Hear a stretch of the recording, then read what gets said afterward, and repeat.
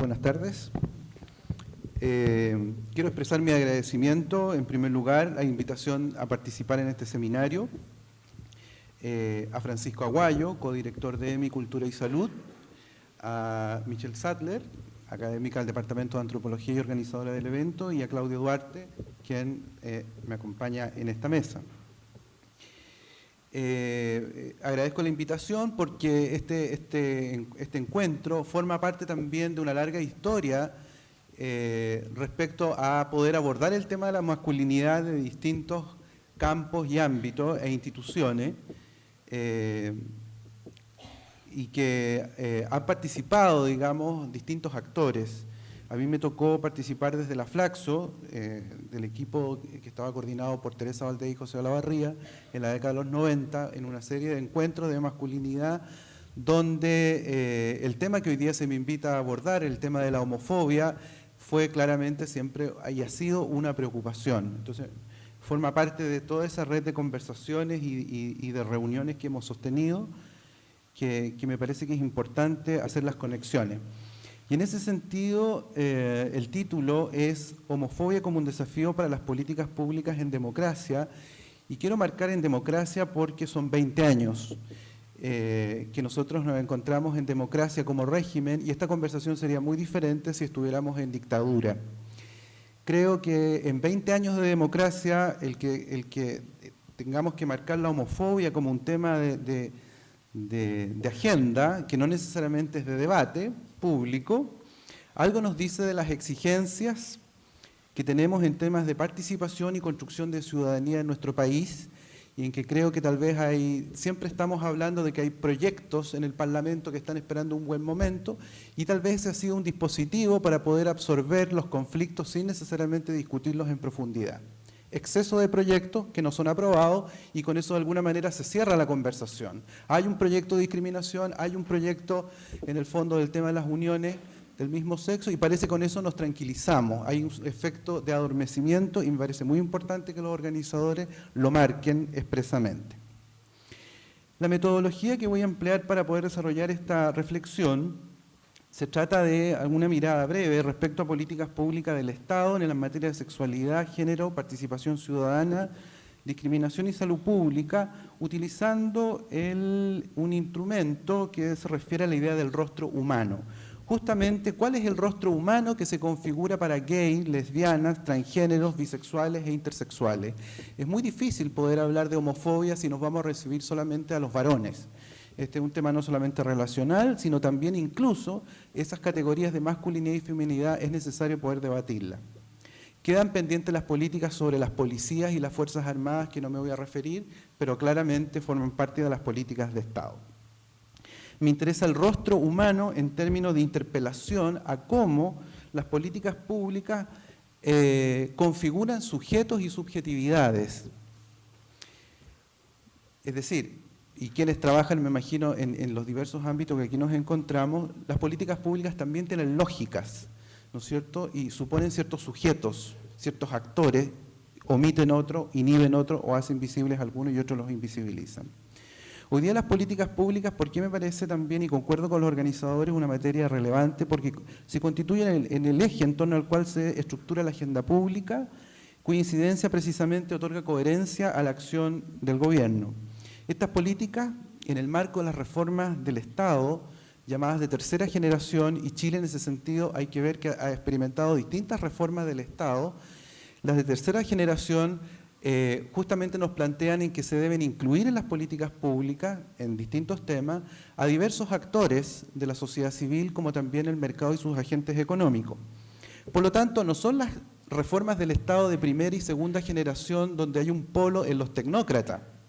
Entonces, no se trata de generar una élite esclarecida, en el fondo, que logra resolver estas materias que todavía constituyen problemas públicos, no resueltos. Entonces, tampoco se trata de políticas mercadocéntricas, ¿no? Que es otra lógica también, y tal vez los temas de gestión. Por ejemplo, los PMG son un buen instrumento de gestión que justamente recupera instrumentos del mercado y de los agentes económicos para la modernización de las políticas públicas.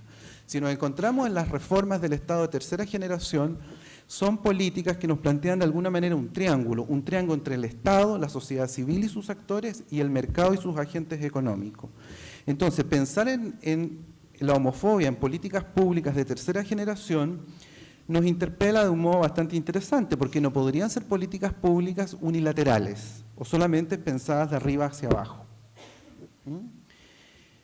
En esta orientación, si nosotros miramos las políticas públicas desde la sociedad civil, es un camino que no necesariamente coincide con las lógicas del Estado, y también si las miramos desde el mercado, no necesariamente vamos a concordar. De hecho, en el movimiento gay, las políticas de identidad, cuando se acoplan al mercado y a las lógicas del consumo y, por ejemplo, de la televisión, el tema de la homofobia se va a enfrentar a que hay homosexualidades toleradas.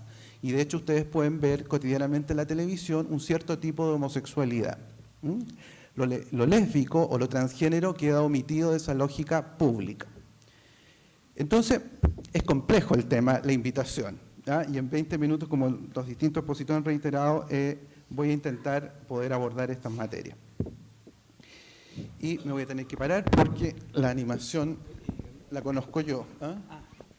Si quieres usar eso, con eso lo adelante. Si quieres, nomás, si no te la dejamos de ahí, como tú quieras. No, yo prefiero esta palabra.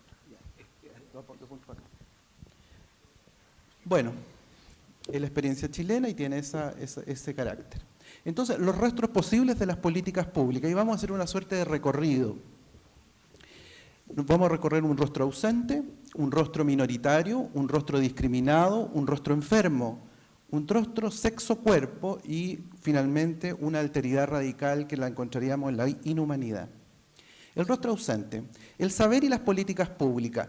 La necesidad de generar visibilidad no solamente pasa por una postura, por una voluntad, sino también tenemos que generar que las políticas públicas de tercera generación posean una gestión del conocimiento adecuada. Bueno, contamos hoy día con este trabajo del año 2000 y no hay otro estudio, es decir, han pasado 9 años, para fundamentar justamente el conocimiento de una cierta presencia de las diversidades y disidencias sexuales, gay, lesbianas, transgéneros, intersexuales y bisexuales. Justamente este trabajo lo que nos muestra es la presencia y el peso que tendrían los homosexuales y bisexuales, y ustedes pueden ver que, ¿no es cierto?, en el total tendría un 0,2%, bisexuales un 0,1% y la heterosexualidad un 99,2%. Y este fue el Estudio Nacional de Comportamiento Sexual en Chile, que fue hecho desde el Ministerio de Salud. Entonces aquí está la respuesta, es decir, cuando estamos hablando de estas construcciones de identidad, el peso que tiene a nivel poblacional de las personas que logran identificarse en esta materia, en el fondo nos encontramos una ausencia o una escasa presencia. Y este saber justamente dice, ponemos esta información a disposición de la comunidad científica nacional y de los gestores de la salud pública y políticas sociales de nuestro país en la certeza de que encontrarán aquí una fuente de datos confiables para fundar nuevas reflexiones e iniciativas de intervención. Hasta el momento no tenemos un estudio nuevo y de hecho el Fondo Global, una de las razones por las cuales se perdió para, ¿no es cierto?, el trabajo de prevención y VIH-Sida era la ausencia de un estudio de prevalencia, es decir, no saber, no conocer y por lo tanto tener un trabajo de 9 años en materia de prevención sin un conocimiento de la población. Por lo tanto, ¿cuál es el saber que fundamentaba esas políticas públicas que sean en esta materia, que es sensible y que todos políticamente correctos podríamos coincidir que son de la primera prioridad? Rostro minoritario, rostro discriminado. En las bases generales del Plan Nacional para Superar la Discriminación en Chile, 2001-2006, encontrábamos el enfoque que consideraba la existencia de minorías sexuales. Y era interesante, y también una cierta limitación, podríamos entrar a discutir desde el punto de vista teórico, la categoría minoría sexual, en términos que situaba, ¿no es cierto?, en una lógica de poder, que es interesante desde el punto de vista crítico, pero